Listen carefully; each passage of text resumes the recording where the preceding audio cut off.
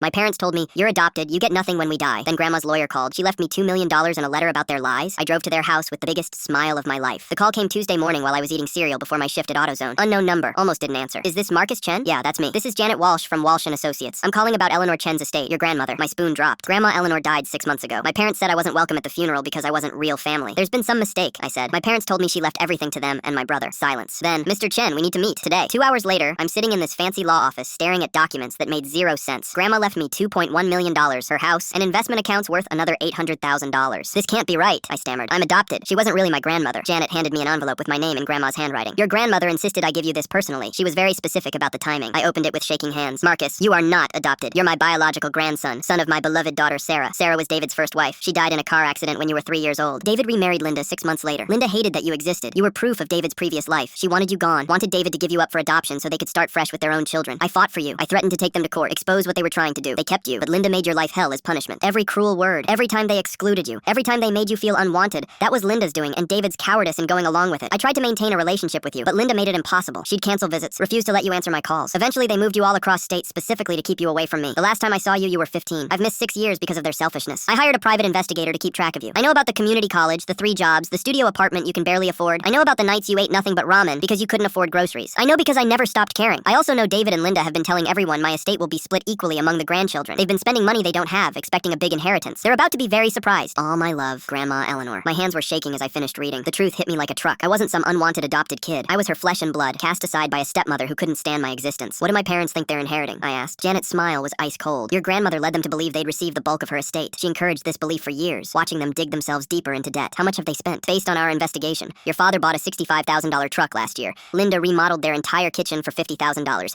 Your brother Logan got a $35,000 boat for graduation. They've taken out loans against the expected inheritance. Your parents currently owe $180,000 on credit and loans. I thought about my own life during that time, working 3 jobs, eating ramen every night, walking to work because my car died and I couldn't afford repairs, asking for help with textbook money and being told I was too old for handouts. What are they actually getting? Janet consulted her papers. Logan and Ashley each receive $5,000. Your parents receive absolutely nothing. Your grandmother was very clear. David forfeited his right to inherit when he chose his new wife over his own son. I sat there trying to process it. Nearly $3 million, a house, the truth about my identity, and the family that treated me like garbage for 18 years gets almost nothing while drowning in debt they can't pay back. There's one more thing, Janet said. Your grandmother specifically requested that I be present when you inform them about the inheritance. She wanted a witness to their reaction. She also left detailed instructions about the timing. What kind of instructions? She wanted them to gather the whole family. She knew they'd been planning a celebration dinner for this weekend, expecting to discuss how to split the inheritance money. That's how I found myself driving to their house the next evening with a lawyer in my passenger seat, a cashier's check for $2.1 million in my jacket pocket, and the sweet taste of justice on my tongue. The house looked exactly the same from the outside. Upper middle class suburban perfection with that new truck in the driveway and perfectly manicured landscaping paid for with borrowed money. But everything was about to change.